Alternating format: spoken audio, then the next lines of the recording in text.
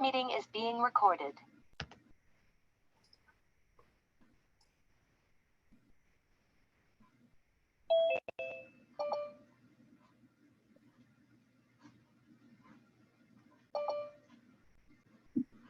Welcome, everyone. We're just going to give folks a time to get from the waiting room and into the event.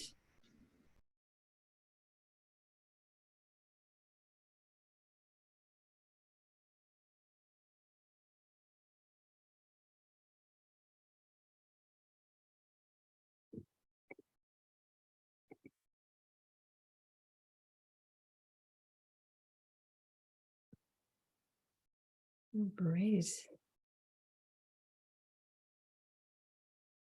So now for the sake of time too, because we have lots of great information to go over, we'll get started. So, René Magritte's work delighted and fascinated audiences long before Paul Simon's famous song. This program will focus on the life and influence of the Belgian Surrealist painter, whose paintings are both familiar and confounding. Discover the ways his work relates to contemporaries like Salvador Dali, and learn how art historians interpret his mysterious paintings. Presenting today is Jane Oneail, and Jane was leading tours at the Isabella Stewart Gardner Museum in Boston when she first began to appreciate the special magic that happens when people look at art together and share their genuine reactions and questions. Talking about art requires bravery. You're inherently vulnerable when you share your perspective. There is joy in seeing things in a new way, and in simply shifting gears to appreciate the beauty and poetry of life. Jane holds a master's in art history from Boston University and a master's in education from the Harvard University Graduate School of Education. She was born and raised in New Hampshire and has worked at some of the state's most esteemed cultural institutions, including the League of New Hampshire Craftsmen, where she served as executive director, and the Currier Museum of Art, where she held the role of senior educator. Jane founded the Currier's Alzheimer's Cafe and led the tour program for the museum and the Frank Lloyd Wright-designed Zimmerman house. She has taught art history for the college level for more than a decade, most recently at Southern New Hampshire University. I want to thank you all for being here. For the libraries that have joined us in making this program possible, and the friends of those institutions as well, for again making this event possible for us to share. Today's event is being recorded, and we will share the recording out to everybody who has signed up. And we will be sharing that on the Rockport Public Library's YouTube page as well. Thank you and welcome, Jane. I'll pass the screen over to you. All right, thank you so much. And again, thank you everybody for taking time out of your day to learn a little bit more about René Magritte. We are in for a treat because I think, like the program description said, a lot of his work seems sort of familiar, but also very mysterious. We'll be drilling down into it. So when we think of René Magritte, we oftentimes think of his set of particular symbols, like the apple that we see here on the screen, the bowler hat, windows, that sort of thing. All kinds of ordinary objects are sort of integrated into his whole set of iconography here. But he tends to combine them in settings or in ways that are unsettling to us, unsettling situations in general. So what we'll do today is sort of try to understand these works a little bit better. They are exceptionally clear in the way that they've been painted, but their meaning is always a little bit unclear. So we'll take some time and dive in. Now, let me give you a sense in terms of how we'll spend this next hour together. We're going to get started with a quick introduction to the movement of Surrealism, just to get a sense in terms of this larger movement that René Magritte only sort of played a small role in. Then we'll turn our attention to the artist himself. We can see him over here wearing the signature bowler hat. And then I've come up with a couple of different ways different lenses really through which we can understand his approach to painting. One of them is illusion, one of them is juxtaposition, the next one is revelation, and then we'll end with obfuscation. He's an artist that really likes to obscure certain things and make us look a little bit harder. And then we'll wrap up with his artistic legacy. And it's pretty extraordinary to see just how far his particular reach went. All right. So each of these sections, I should mention too, are arranged roughly chronologically. All right, so let's get started with our introduction to surrealism. Whenever you're talking about surrealism in general, people tend to start off with Salvador Dali, because he is probably the most famous practitioner of this particular style. Here we see the young artist. He was young when he painted this work over here that is so familiar to so many. This is The Persistence of Memory from 1931. It's in the collection of the Museum of Modern Art. Now, we have this sense here that Salvador Dali sort of rose to fame because he said essentially that he was painting his dreams. And with an image like The Persistence of Memory, we get drawn in because there are so many elements to this that are crystal clear. The way the water and the mountains in the background have been painted, but then there's also this kind of lack of logic in the assemblage of objects in the foreground and the way that they exist in this realm that he's created. Timepieces, which we know to be hard and made out of metal, are wilting and folding over themselves like pieces of cheese, really, on a hot day. And they're also functioning as though they're kind of decaying. We see these ants swarming on the back of the pocket watch over here. And then right in the middle of the picture, there's something that bears some resemblance to the artist himself here. It's you can almost sort of make out eyelashes and an eyebrow here. Maybe this is his nose in profile. So there's things that are recognizable, things that are sort of inscrutable here. Now Salvador Dali came up with what he called a paranoid critical method for creating images like this. And, you know, simply stated, it was like he was painting his dreams, but he would cultivate this particular trance, this particular state of mind, and then like wake himself up and apparently paint what he thought. He said that the difference between a madman and me is that I am not mad. I think you could maybe make the case that he was, at the very least, a very sort of flamboyant showman. He knew how to attract attention. And so, so let me give you a sense in terms of like the bigger picture of surrealism beyond Salvador Dali and this painting here. Dali wasn't even the leader of this movement. That leader would be this man here, whose name is André Breton.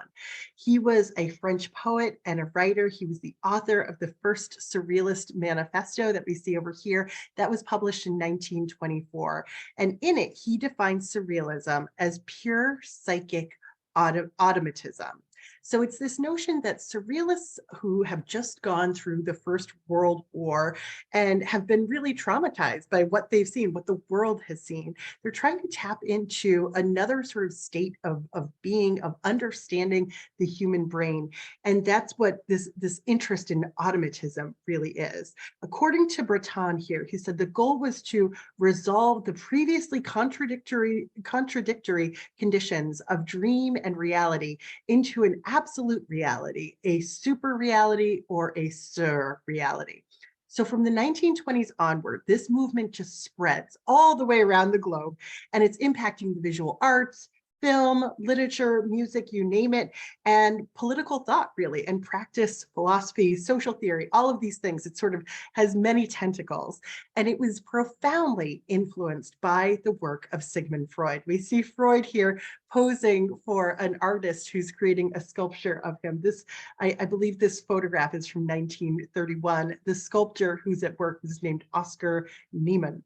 Now, what Freud wrote about, particularly with the interpretation of dreams, is he was always interested in free association, and the unconscious. And this sort of helps surrealists kind of liberate their imaginations. They're not tied to being rational in their work. And like I said, Freud, as we can see from the book on the screen here, he wrote about dream interpretation. And in later versions of this text, he goes deep into the symbols that you see from objects in your dreams. So what he does, what he kind of opens up for the surrealists is this idea that that everyday objects can have ambiguous meaning. And if you place them together in strange sort of configurations, that can change the very way or the very meaning of those objects. Freud had stated that the interpretation of dreams is the royal road to a knowledge of the unconscious activities of the mind. Essentially, surrealism would not be possible without the work of Sigmund Freud. So here's how you access it in the visual arts, really. So one of the first ways that we sort of see this idea of the unconscious and unleashing the power of the unconscious in the art world is with a work like this, which is called an automatic drawing. In this case, it's done by the esteemed artist André Masson, but any one of you right now could literally put pen to paper and create something similar to this. This was created in 1924. It's in the Museum of Modern Art. And the idea here is that you start with no preconceived notion of what your subject is or what your composition will be. You're just kind of channeling a part of your brain, harnessing a part of your brain that is rarely tapped into. And so with this automatic drawing, you can see that a lot of it is just letting your pen or your pencil move around quite a bit. But then elements emerge that look familiar and look like you can understand them. It, I think, prompts us as the the viewer, to try and make sense in terms of the relationship of these recognizable or understandable elements here. But of course, oftentimes there is no easy way to understand those connections. Another activity that the surrealists engaged in order to, once again, sort of harness this part of the brain, the unconscious brain or the subconscious. At this point, with Freud, those two terms are essentially interchangeable at this point in history. So another way they do this is with an activity that's called the exquisite corpse. And this is something you could do at your dinner table tonight. You essentially fold a piece of paper into thirds or more.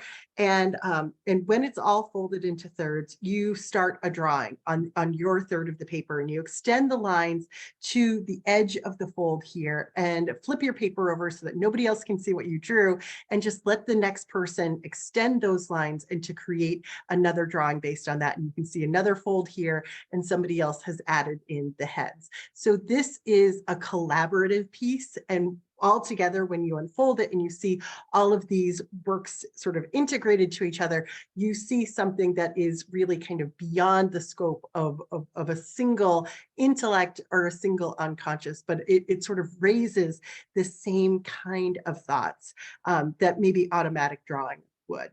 Now, what we see, and I should mention that all of these examples too are in the collection of the Museum of Modern Art. And there were ways to do an exquisite corpse type activity in a literary setting too. So like I said, this expanded beyond the visual arts. But the visual arts certainly made a striking impact in terms of surrealism, because surrealists were really interested in the idea of putting two things together that would make you kind of slightly uncomfortable when you look at them.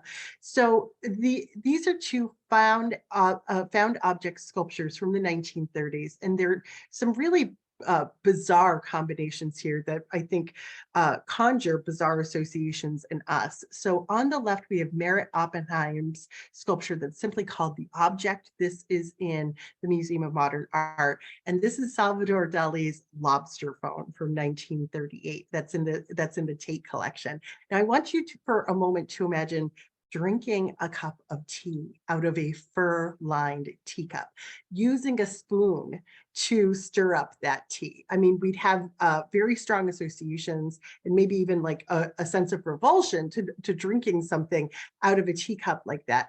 Who among us would want to put a lobster to our ears? So they're supposed to be sort of playful and menacing at the same time.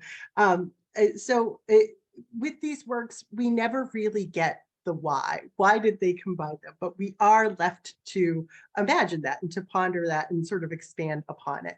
Now, all of this brings us to René Magritte, and this is our first glance at him, really. This is kind of a classic Magritte right here. It looks like a dreamscape. This was painted in 1960. It's called The Heartstring, and it shows this beautiful cloud resting on this glass goblet here. And it's set against this blue sky. It's like a robin's egg blue. And we have the mountains in the background and this field with a river running through it and just the tiniest trees dotting this landscape here. Now, Magritte settles on this sort of deadpan illustrative technique that clearly articulates the content of his pictures. He said, if the dream is a translation of waking life is also a translation of the dream. So his approach to surrealism, his style is representational. And in terms of process, for Magritte, it has nothing to do with automatism. He's not trying to really tap into the unconscious, but he is trying to present something that that sort of defies logic in the same way as Salvador Dali's persistence of memory does. So let me give you a quick introduction to the artist René Magritte. And we see here that he was born in 1898. Okay, so here he is as a very young boy here. He was born in Belgium. He was the oldest of three boys. You can see him over here in a photograph from about 1905. Here he is with his father, who was a tailor and a textile merchant, and his mother had been a hat maker, believe it or not, before she got married. The man was so closely associated with the bowler hat. Now, little is known about Magritte's early life, but we do know that he began drawing lessons about 1910, and then he went on to receive formal training in the arts after that. As a young artist, he dabbled in a couple of different styles. He dabbled in Impressionism, he dabbled in Futurism, but obviously those were styles that did not take. When it comes to his biography, his mother looms really large, and we can see her here in a family portrait on the left and in a solo portrait over here on the right. When Magritte was about 13 years old, his mother died by suicide. She had actually struggled with mental illness through much of his life. Now, he rarely discusses his childhood, or he rarely discussed his childhood, I should say, but we'll see through some of the pictures today. I'll share some theories with you in terms of which images might be connected to that particular tragedy of his life. These next images show really the joy of his life. This is Georgette Berger, the young woman that he met just a few years after his mother passed away when he was a teenager. They reconnected about 10 years after that and got married. So this is an image from 1922 over here, and this is from about 12 or so years after that on the right. And this is René and Georgette Magritte with their dog after the war. So if now you officially have the Paul Simon song in your head. We'll get back to Paul Simon a little bit later. But Georgette Magritte had also studied art. And as soon as she reconnects with Magritte and they get married, she becomes his model and his muse. These are two portraits that Magritte painted of his wife in the 1930s. This one is idealized. It's also highly stylized. She's got these huge eyes and this kind of impossibly long neck. She's looking, sort of effortlessly elegant. And then over here, we have a much more realistic depiction of the same woman. And she is surrounded by this sort of strange assemblage of objects here. Both of them have this blue sky with fluffy white clouds in the background. Now, when it comes to Magritte and being inspired to create these sort of strange paintings that he's so well known for, it really all begins with this painting here. This is a painting by an Italian artist named De Cherico. It was painted in 1914, and one of Magritte's friends showed him a reproduction of this work. It's called Love Song. And the work brought Magritte to tears when he saw it. It was like a revelation in his life. I'm sure nobody who's with us today is crying as they look at it. He said it was one of the most moving moments of my life. My eyes saw thought for the first time. So in this work, we see this kind of play of scale. We have this giant architectural fragment over here, accompanied by a rubber glove, which has just been pinned to this wall here, and then this green ball that's sort of dominating the forefront in this empty cityscape.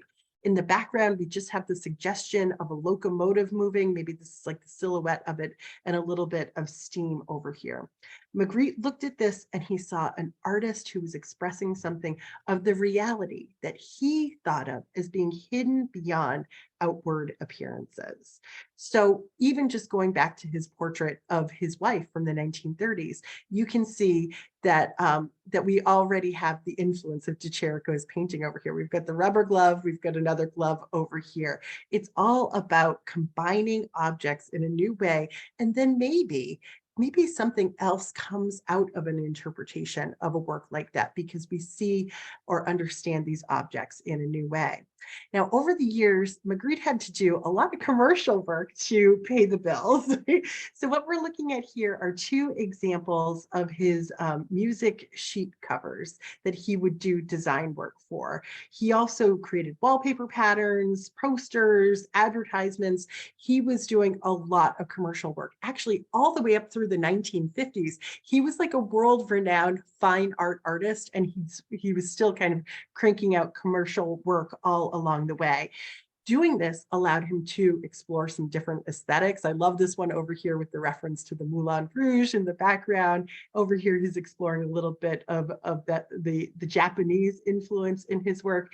But he was somebody that was also experimental as well. So here we can see the young artist with a painting just behind him and the very painting from that photograph over here on the right. So by the time Magritte was 28 years old, this was the year is 1926, he had hit on this very distinctive style that we still associate him with today.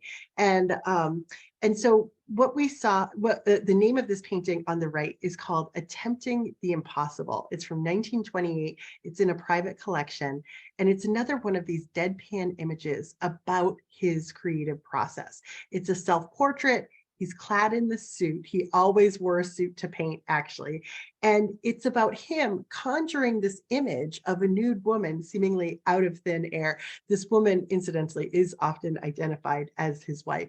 It is the myth of Pygmalion right in front of us, but it's also cold, it's impersonal, and it's totally devoid of the magic of this idea of creating something and then falling in love with it. I mean, this is all gray. Her skin almost looks corpse-like. As one curator put it, it's a painting of the creative act, but it's done in almost a shockingly banal way. It's the most literal interpretation of what a painter does. He just applies paint. There doesn't seem to be anything mysterious or mystical or metaphysical about this. But I think that its very straightforwardness is what makes this such a subversive work. The year after this painting was created, Magritte moves to Paris for 3 years to make a name for himself while he amongst this group of surrealist artists. And it's this period ends with this exhibition, which it suddenly gets canceled, and basically the surrealist group is like in disarray, and it becomes like this economic flop for the artist. So he kind of has to like return to Belgium with like his tail tucked between his legs. So he goes into advertising with his brother. For the record, he never actually made an advertisement for a bowler hat though. So he's working in like this little tumble down shack in his backyard, in his garden, and he creates all of these advertisements for the next few decades. He's being like really cautious about how he makes his money. So here he is with an example of his work here called La Barbère from 1938. Now, during this time, he also explores other styles and styles by successful and well-established artists over here. So this is an example of Magritte's work from the 1940s, and we see these beautiful statuesque blondes with this long flame-like hair. This is actually called The Sea of Flames from 1946. But in so many ways, I think he's looking back at Renoir, the great French Impressionist late work, this kind of feathery brushstrokes, and his real fixation on the female nude towards the end of his career. And we see all of that sort of coming out in Magritte's experiment. I mean, this work doesn't look anything like the work that he was consistently producing for decades. He also, without a doubt, was looking at the work of Fauves paintings like Henri Matisse, who we can see over here. Oh, this is a Fauves painting by André Derain over here on the left. And then we can see Magritte using some of these very bright, vivid, saturated colors over here with this sort of strange work with the bunnies playing the drums here. So he's experimenting with the color, maybe not necessarily the same content, but he is sort of trying to find his footing as an artist in little ways here or there. But for the most part, we recognize him for these highly realistic works. Now, although he goes on to become this internationally recognized artist and one of the greatest artists of his generation, he really didn't start receiving that recognition until much later on in his career. There's this kind of illustrative property to his paintings that creates this very powerful paradox when you're looking at them. They are beautiful in their clarity and their simplicity. We know exactly what we're looking at in terms of the what when we look at something like this, but we don't know the why. So they always provoke this kind of unsettling thought when you look at them. They seem to, at first glance, to declare like there is no mystery there, we're not hiding anything, but at the same time his paintings are marvelously strange. One of Magritte's biographers sort of brilliantly summarizes it as it's the the sort of awe felt in an eclipse. And I think that just lines up with this picture so well. This is a picture incidentally called Schoolmaster from 1954. So both of these images, the painting and the photo of the artist over here, featured this bowler hat. And what a great way to sort of wrap up on Magritte himself, because the bowler hat is this kind of remarkable everyday item that Magritte elevates to this iconic status through repeated representation. Now, Magritte himself preferred anonymity. You know, Salvador Dali was the one who was seeking all of the attention. And so Magritte, it was just absolutely perfect for him to just adopt the everyday look of a bowler hat. But as the bowler hat went out of fashion, Magritte continued to wear it. It was essentially him selecting anonymity as the marker of himself. So of course, we'll see several more bowler hats before the end of the hour. So now we have a good sense of the artist and his approach to painting. Let's dive into his work and see what makes it so surreal. So we're going to start off with illusion, first of all. Do you feel like you're being watched? This is a picture called The False Mirror from 1929. This is at the Museum of Modern Art.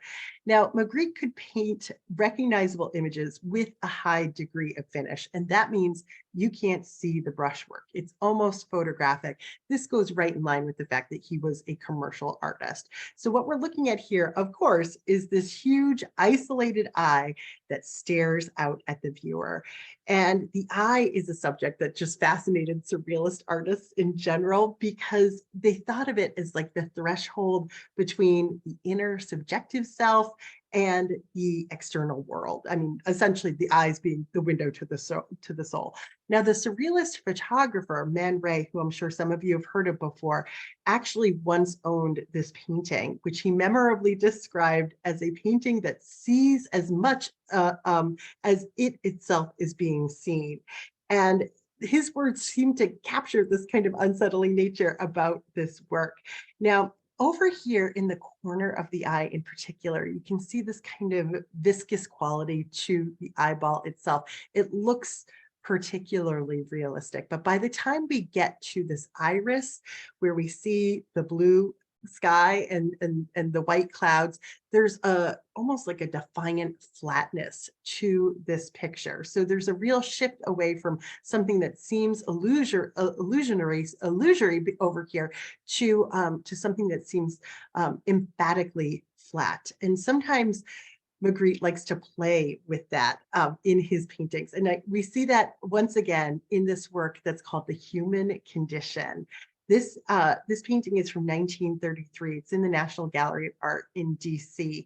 And here he is using his exceptional technical abilities to create realism and illusion in a painting to kind of be playful with us, because it's a almost like a bland interior scene with a window and these curtains hanging off of the wall, the rug on the floor, but there is this easel in front of the window. And if you look closely, there is a painting on the easel that looks like it is finishing off the landscape that we see just beyond it. But this is Magritte playing with us, because even though this might be a landscape of what's just outside the window, and we're wondering how it connects, it seems to connect and blend in perfectly. What we have to sort of keep in mind is that it's all just one painting, of course. So he has this kind of wonderful ability to get us thinking in new ways by just representing the world in a strange way that sort of defies reason. Now, he goes back to this notion of a painted landscape in front of an actual landscape many times in his career. This is yet another work that's also called The Human Condition. And this one, in this case from 1935, seems to directly reference to Cherico over here with the ball in the foreground. But once again, the landscape that's on the easel here seems like an extension of the landscape that in this case we see through that arched doorway. Once again, seems like a reference to Cherico over here. But in the end, like it almost doesn't need to be repeated. It's just one painting here, but he gets us thinking about representation in a new way.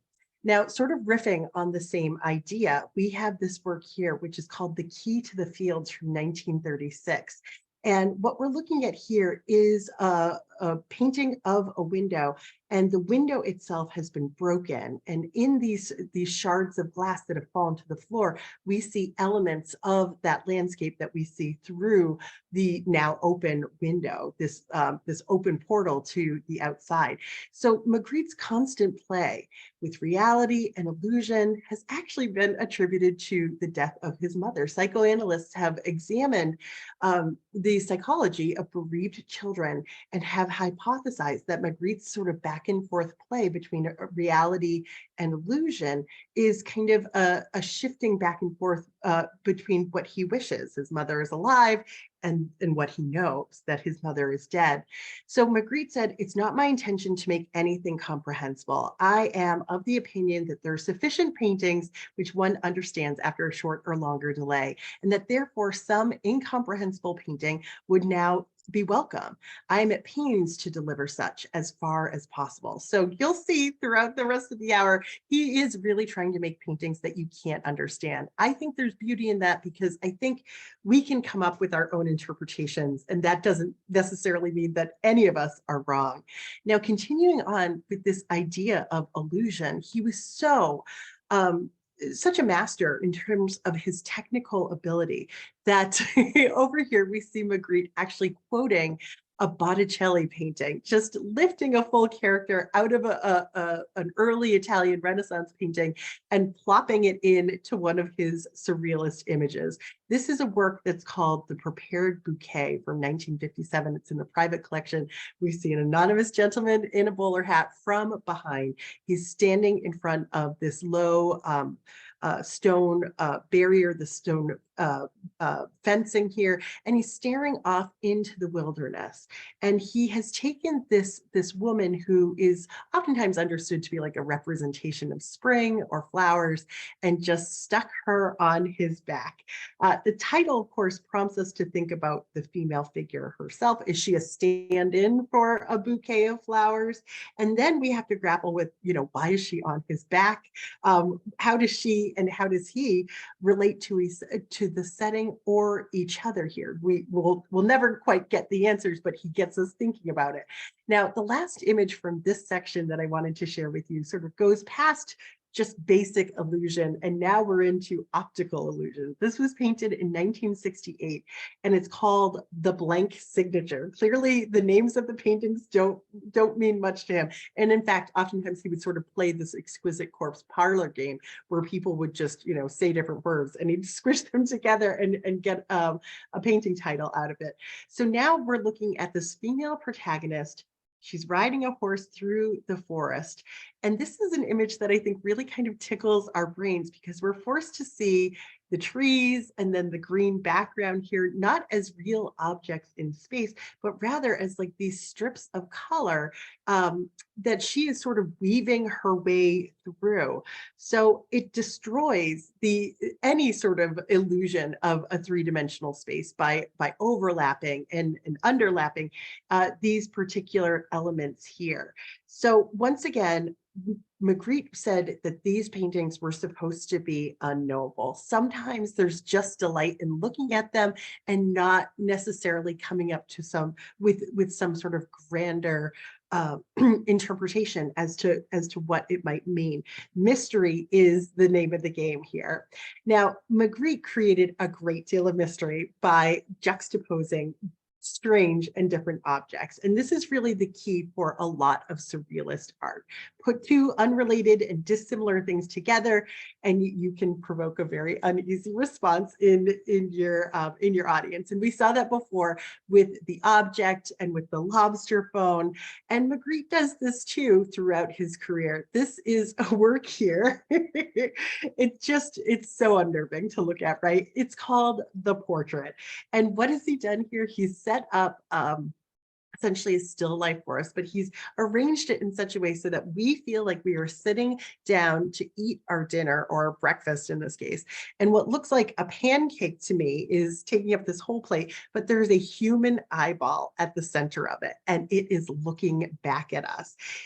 Magritte is making us feel like our food has come alive here. There's human anatomy associated with what we are about to eat, and it doesn't feel good, does it? So just juxtaposing an eye, which we know he's already interested in, with our food can provoke a sort of deep response in us.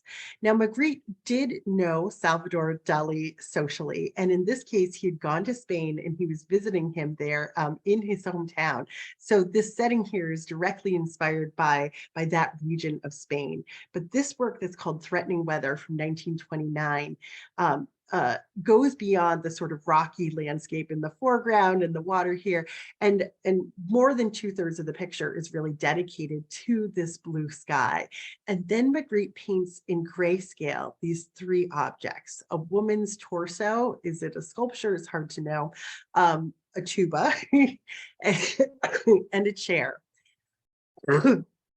Because of these gray colors here, and because the title of the work is about weather, we almost imagine that they could be clouds in the sky. And because they're grouped so closely together, we think that there's some sort of key to understanding the association between these three things as we're looking at them. But there isn't necessarily. We do get the sense that there's something unsettling here and maybe even slightly sort of erotic.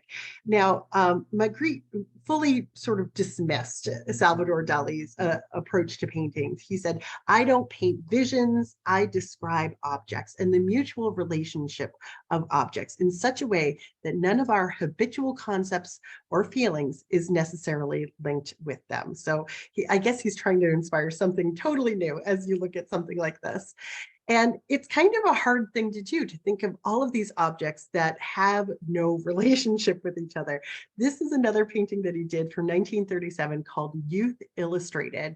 And you can already see he's going back to a certain vocabulary here. We've seen the woman's torso before, we've seen the tuba, we've seen the chair in the background. All of these things are coming at us, like literally coming towards us down the road. And perhaps in this arrangement, we might understand them in a new way, but altogether, it's nearly impossible to assign a particular meaning to something like this. A fellow painter of his said that or described Magritte's work as collages painted entirely by hand. And I think that's a really effective way for understanding them. He's finding these disparate things and putting them together. Now, one of his most recognizable works I have included here in this subject of juxtaposition. This is a work that's called Time Transfixed. It's from 1938. It's at the Art Institute of Chicago. And I think for a lot of people, it's their favorite Magritte. Now, this was created for the home of a big surrealist art collector. And what we see here is this tiny locomotive sort of inexplicably speeding directly out of the dining room fireplace here, as though it's emerging from a railroad tunnel here. Now, it's a surprising juxtaposition in terms of the scale, the unrelated elements here, and that is heightened by the realism that Magritte gives this particular scene. So there's this sense of complexity here. There's this sense of allure. It like draws us in. If we can recognize the elements, surely we can recognize what the picture is about. Now, Magritte was really unhappy with the way the title of this work was translated. Like I said, we generally refer to this work as being time transfixed, but the way he named it and the way he imagined it being translated was more like ongoing time stabbed by a dagger. So obviously we've got the reference to time with the timepiece here on the mantle. Magritte had actually hoped that the buyer for this piece, the person who commissioned it, would install this work at the bottom of a staircase so that as his guests were coming in into the space, they would feel like they were being stabbed by time in this moment. So I think a lot of people think of this as like having to do with Einstein or the theory of relativity, but it's not quite there. It's Magritte just doing this juxtaposition game. Now, one last juxtaposition image I'd like to share with you is called the Empire of Light or the Dominion of Light. This particular version is from 1954. It's at the Guggenheim Museum in Venice, but Magritte painted like 27 different versions of this painting between 1953 and actually between 1954, just in the space of a year.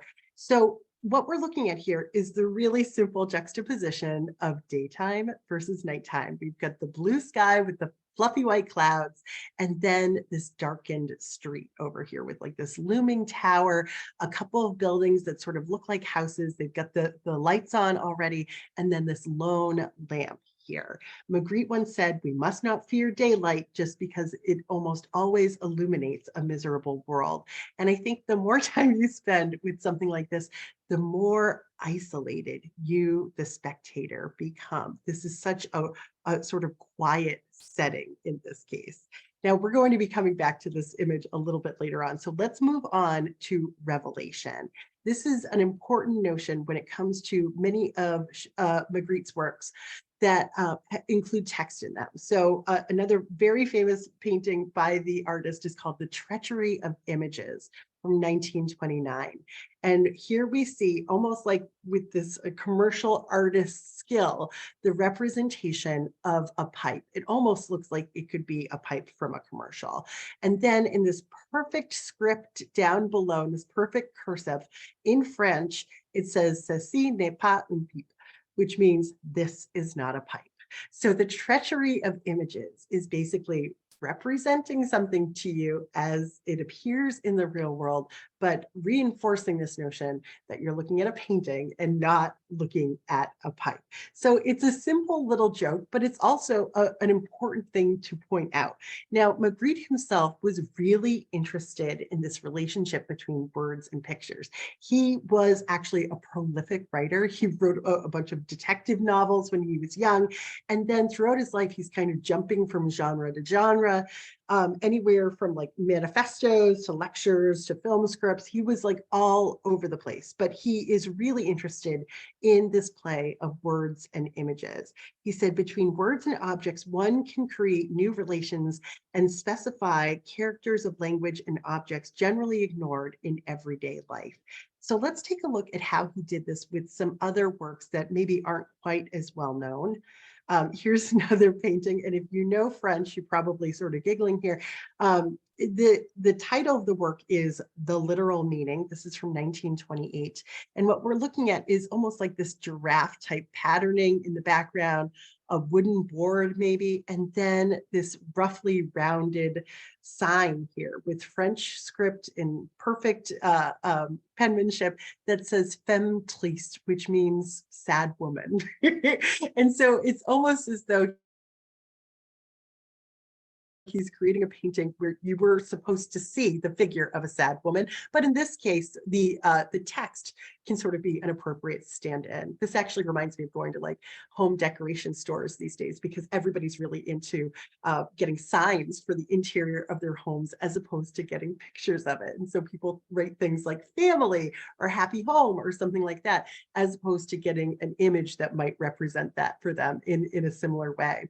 Now we see Magritte continuing to play with this notion of the treachery of images, of creating a visual of something and then calling out that the visual is not in fact the object. So over here, we have a work that's called This Is Not an Apple, Ce n'est pas une pomme, from 1964, where we have this highly detailed, very realistic apple, complete with like these little spots on it. So once again, he's pushing us to closely examine something that looks hyper realistic and then destroys that illusion through the text there.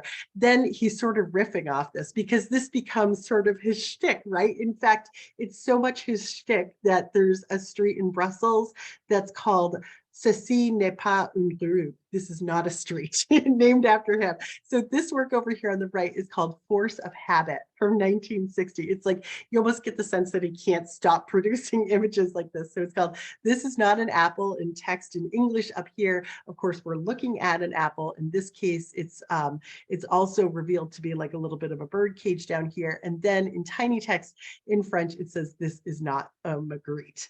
So, so he knows he can go back to sort of the same subject again and again. And in that way, he's very similar to Salvador Dali.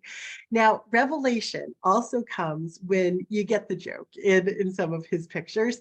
So, so in this case, this falls into that same kind of joking deadpan category. This is a work called Clairvoyance from 1936. Clairvoyance, like being able to see the future. And in this case, it's the artist looking very carefully, very intently at an egg, seeing the future and being able to render a beautiful painting of a bird as a result from that. It's really playful. It's this notion that, you know, that an artist who carefully studies their subject can actually see it in the future. But it's also, I mean, it's right in keeping with all of these other works that we've seen from Magritte. It's about the secret life of objects. It's that there's no visual relationship between an egg and a bird, but that they are, of course, connected. So, so like I said, it's wonderfully silly. It feels like it could be like out of a Naked Gun movie or some other slapstick kind of comedy. And here is a wonderful picture of the artist who's posed in front of the picture. It almost seems like an infinite stream of artists painting on easels over here. One last joking revelation really is this one here called Elective Affinities. Once again, the title probably doesn't mean much. It was probably invented as a parlor game. This is from 1930, but this is a work that Magritte says was based on an experience that he had. He said he woke up in the middle of the night one night and he looked over at the bird cage, and at first glance, he thought he saw what he thought was an egg before he realized that it was an actual bird. So he called this like a magnificent error, and then painted a picture of it. And it's the same idea. Of course, the egg's going to become the bird, and there's a silliness to painting an egg in a cage because obviously it does not need to be contained in this way. So we have him being playful, using text, using juxtaposition, illusion. Now, one of our final ways we're going to understand the work of Magritte is through obfuscation. He said, everything we see hides another thing. We always want to see what is hidden behind what we see, but it is impossible. Humans hide their secrets too well. And this leads us to the most frustrated kiss of all time, I would call it. This is two versions of his subject of lovers. These are both from 1928. And so he's hiding these lovers and their embraces in you know, these moments of intimacy, really, by veiling these figures in these white shrouds. And it becomes laughable, really, because there is no intimacy because of these white shrouds. So once again, at first glance, it seems like there's a little bit of a silliness about this, but if you stay with the pictures a little bit longer, they become, I think, more thought-provoking. And it comments on emotional intimacy in general and whether or not we want to unveil our true selves to our closest companions here. I just love this one over here. It just looks like a couple that's taking a selfie and they can't really show you who they are. Now, there is a famous story related to the death of Magritte's mother. It has been largely discredited at this point, but I will share it too because I think a lot of people attribute these works especially to it. The story goes that Magritte's mother died by drowning and that he had woken up in the middle of the night and saw his mother being pulled from the river and that her nightgown was over her head in a similar way as in these pictures. I don't think we can know that for certain, but I think you could make the case that a shrouded image like this certainly has to deal with death. This is a work that's called The Invention of Life from 1928. And with this picture, I'm not sure if this is his mother, if this is his wife, or any other female model, but it seems as though he's giving visual form to the very notions of life and death here. We have this figure set in this very somber landscape, and then this second figure who's shrouded in this white gray sheet here, sort of framed out by this bush or tree just behind them. And as this woman stares out at us, it's almost as though Magritte is sort of evoking the very fragility of human life in this work. So he denied any relationship, I should reinforce, between his paintings and his mother's death. He said, my painting is visible images which conceal nothing. They just evoke mystery. And I think in this case, perhaps he didn't even realize the associations that could be conjured by a juxtaposition like this. Now, this next work here about obfuscation, I think also connects back to juxtaposition in an interesting way. We see the tuba, which he loves so much, but this work over here on the left is called The Heart of the Matter, or The Central Story. And we have a veiled figure. I think it's safe to say it's probably a female figure, although she does have this rather large forearm and almost like a dirty hand here. And she has her hand at her throat, almost as though she is struggling to breathe in this moment. But it's clear that she's a solitary figure in what's happening here. So we have Magritte repeating things that are already familiar here, creating another whole set of mystery. Don't forget now that he was a man who really liked to write mysteries too. But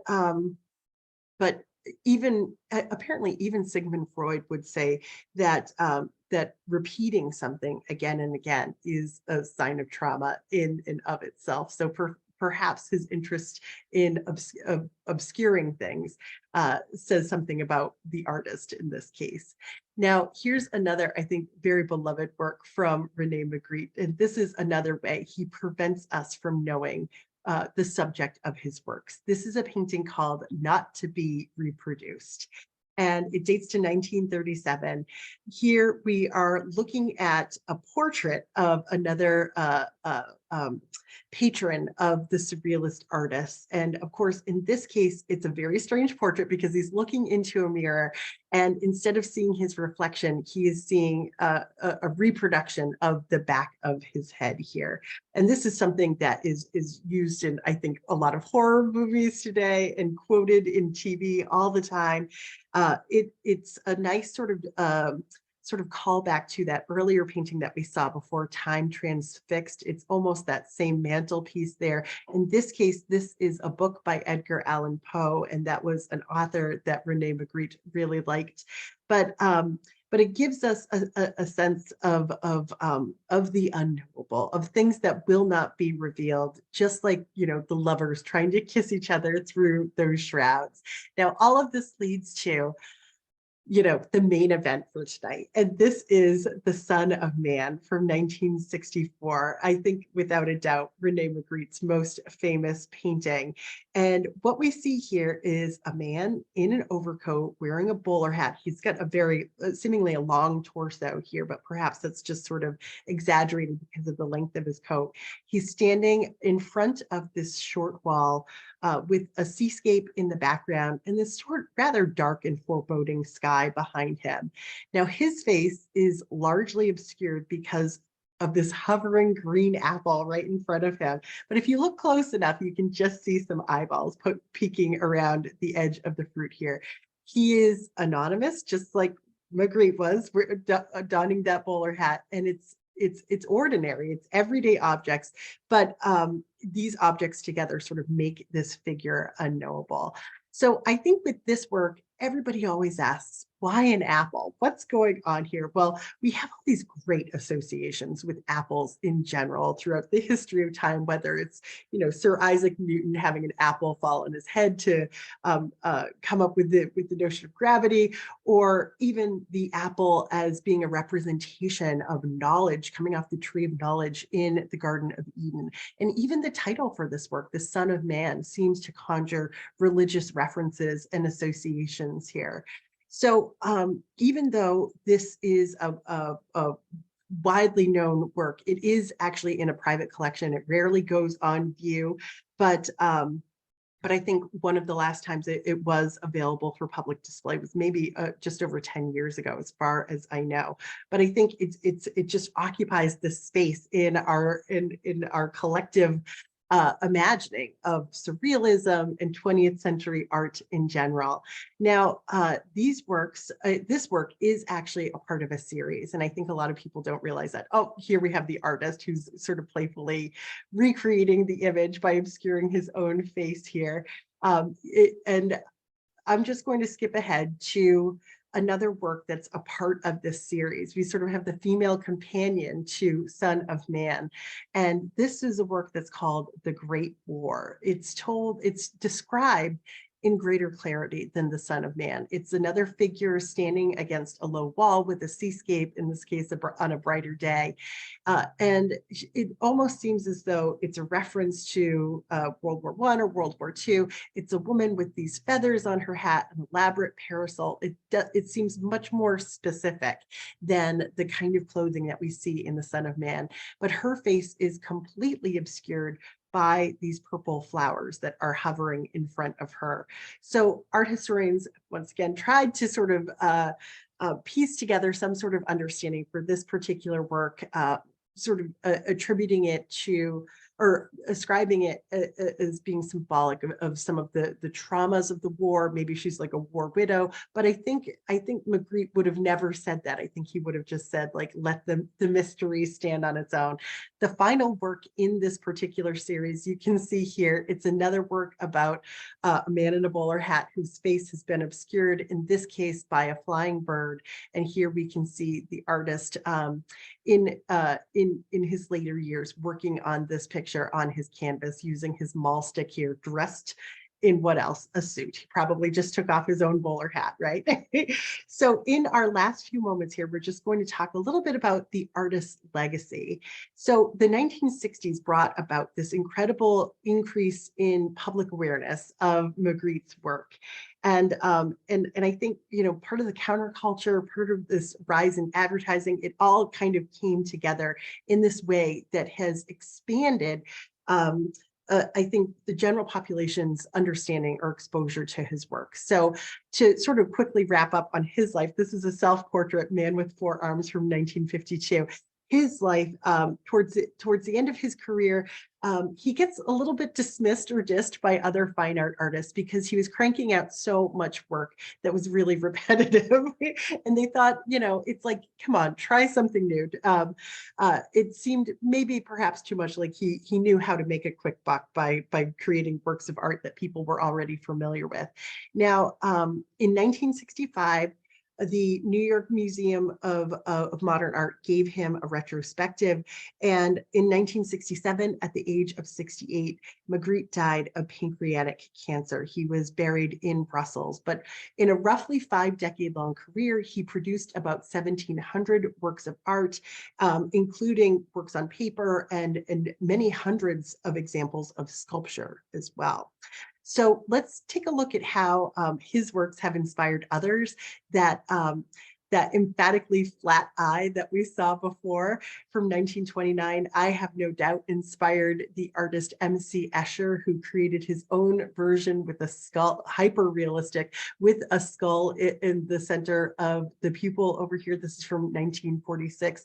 Incidentally, Magritte's eyeball is in the collection of the Museum of Modern Art, and a board member of the Museum of Modern Art just so happened to be William S. Paley, who was the founder of CBS. So he almost certainly adopted this logo inspired by the work of Magritte over here. Now, believe it or not, even the Beatles were inspired by Magritte, and this is Paul McCartney hanging around with his Magritte painting. Here's John Lennon with that same Magritte in the background. They owned a work that said au revoir over it, and I'm sure everyone here remembers that the Beatles actually named their production company Apple. And so you could buy Beatles records that actually had photographs of apples opened up inside of them, but they were really kind of taken with the purity of that symbol. Now, Apple computers is a different story, but I think it's all tapping into like those original references that we have to innovation, to wisdom when it comes to apples as storytelling. I always think of Norman Rockwell when it comes to being an artist with his finger on the pulse of not necessarily the art world, but of American culture. And even Norman Rockwell kind of had to try his hand at a little bit of surrealism inspired by René Magritte. This is a work that I think recently went up for sale. It has all these charming letters that go along with it. And he writes about how he wanted to keep his apples shiny and bright and keeping them in the fridge in order to create what he called the Apple Man, or Mr. Apple here. Magritte's painting, the Dominion of Light, or the Empire of Light over here, was referenced in the movie poster for The Exorcist, if you can believe it. That solitary lamp over here is that same kind of imagery. Magritte's works have even inspired album cover artwork. In this case, this is the band Styx. And then, of course, there is the famous song by Paul Simon, Renee and Georgette Magritte with their dogs after the war. And here is a photograph that illustrates that perfectly. Now, Magritte, as a commercial artist, as somebody who worked in advertising, his paintings have had a profound impact on the Absolute Vodka marketing campaign, which was like the longest, most successful advertising campaign of all time. You can see Absolute Vodka playing with text and images over here, sort of showing the treachery of images, as though a photograph of their bottle of vodka actually is just a sign. And here we can see it from behind. But here, they overtly reference Magritte by saying this is absolutely not absolute.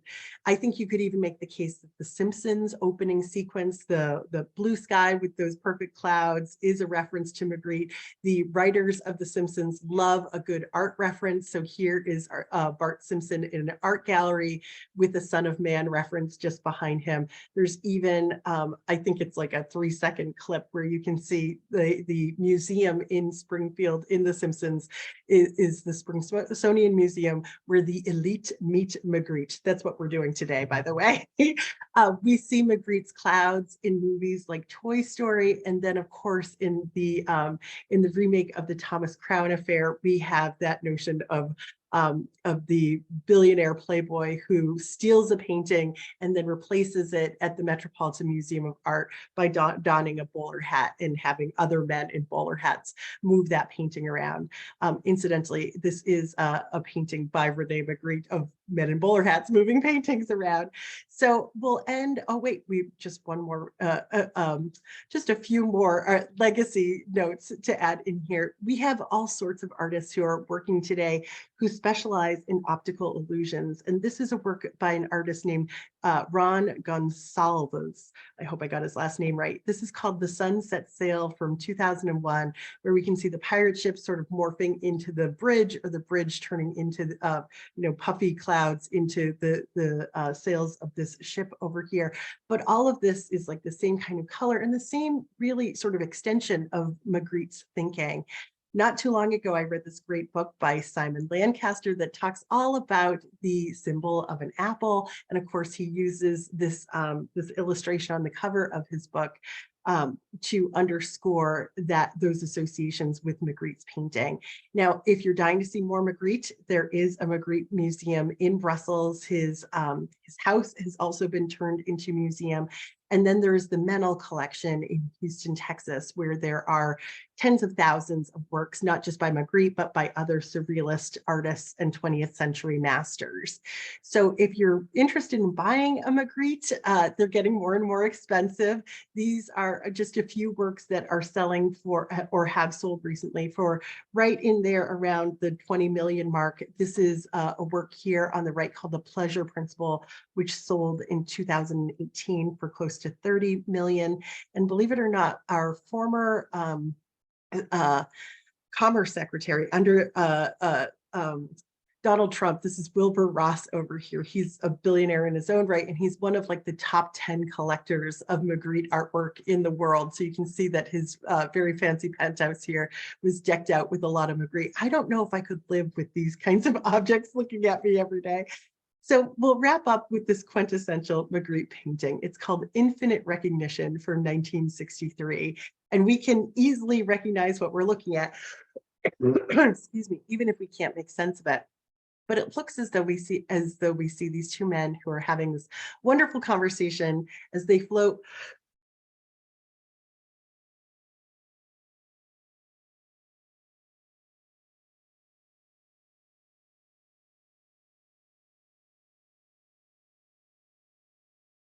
Okay, sorry about that. I just muted myself for the call. As they float through the sky here, and they could be talking about all the things that Magritte loved: art, advertising, unknowable mysteries here. But he's using this familiar visual vocabulary that makes us feel so connected to a work like this. So I'll leave you with this quote from a curator from the San Francisco Museum of Modern Art. She wrote, "Magritte, more than any other artist of the past century, made it his project to subvert our faith in visual similitude. He lived through violent periods that inspired many Europeans to question their governments, religion, and human decency. His artwork similarly asks viewers to reevaluate their acceptance of what they see. As rapidly improving technology amplifies our ability to realistically distort images, it's more important than ever to consider what is a pipe and what is not." So I'll let Magritte here take a bow, and I will open it up to any questions or comments you have about René Magritte. And I'll start looking at the chat here.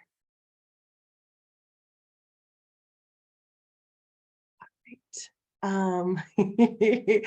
Oh, the Opera Addict here says, I think about about that breakfast with the eyeball in it, that he thought of that as a ham steak, and you could very well be on the mark with that one. It could, yeah, now that I'm looking at it, it looks a little bit more like ham than a pancake. Either way, right? Very unsettling, but I like the thought there. Judith says that reminded me of a similar idea by Norman Rockwell. I think maybe that was leading up to the Norman Rockwell Mr. Apple. And let's see, the opera addict says, did he actually play the tuba, or did he just find the shape interesting? As far as I know, he didn't play the tuba, but if anybody knows, knows any differently, please speak up. What was the obsession with the tuba? Great question. I mean, as we look at it here, it almost seems like anatomy every time I look at it. And then he's closely associating it with like a female torso. So I think there's like a complicated aspect to it that I think sort of drew him in. For me, I understand the tuba a little bit better than a chair, for instance, but it is an interesting symbol to go back to again and again. Let's see here. And then why the interest in the blue sky as force? That's a great question too. I mean, in some ways, when you look at a picture like this, it just provides like an easy backdrop for the kinds of images that he wants to make. I mean, we have such nice associations with a pure blue sky and white fluffy clouds. How much of that today was inspired by Magritte's paintings, who knows? But it seems like almost a positive or an optimistic way to start a painting. So it's interesting, especially considering so much of surrealism can go so dark, that he chose to sort of frame things up in such a delightful way. Let's see here. Teresa says, could you show the slide with the Styx album cover again? Yes, I'd be delighted to. Where is that? Let's see. Right here. The Grand Illusion. Thank you, Sally, for your kind words. You too, Marie. Almost looks like a Van Gogh chair. Oh, Cindy, what a great association. When just the chair that we were just looking at, that does look a lot like Van Gogh's chair. I wonder if there's something to that. I mean, clearly he was doing a little bit of his own art historical research. So maybe there's something to that. Thank you so much for adding that. And Forrest is inspired with his own artwork now. So that's always the dream, right? That we can take a little bit of this and move on from it. I think that it's really interesting that with these kind of simple ideas, he is able to like change the way we think about certain things, tubas, chairs, or apples, or blue skies. He's, examined and re-examined them in such a way that they take on sort of new meaning for all of us. So I'm glad it seems like people had fun learning a little bit more about René Magritte. I'm really glad all of you stayed with me and tuned in today to do just that. So thank you so much. And oh, somebody asked me, where did I grow up in New Hampshire? I grew up in Manchester, and actually that's where I live right now too. So didn't go too far from home in the end. All right, I think that might cover it. Very funny comments here, everybody. Thank you so much. Very kind. Thank you, Jane. That was a wonderful, wonderful presentation. I really enjoyed it, as I'm sure our audience did. It was wonderful for such a kind of cloudy day. Right. Thank you so much. Thanks, everybody. Have a great one. Bye-bye. Bye.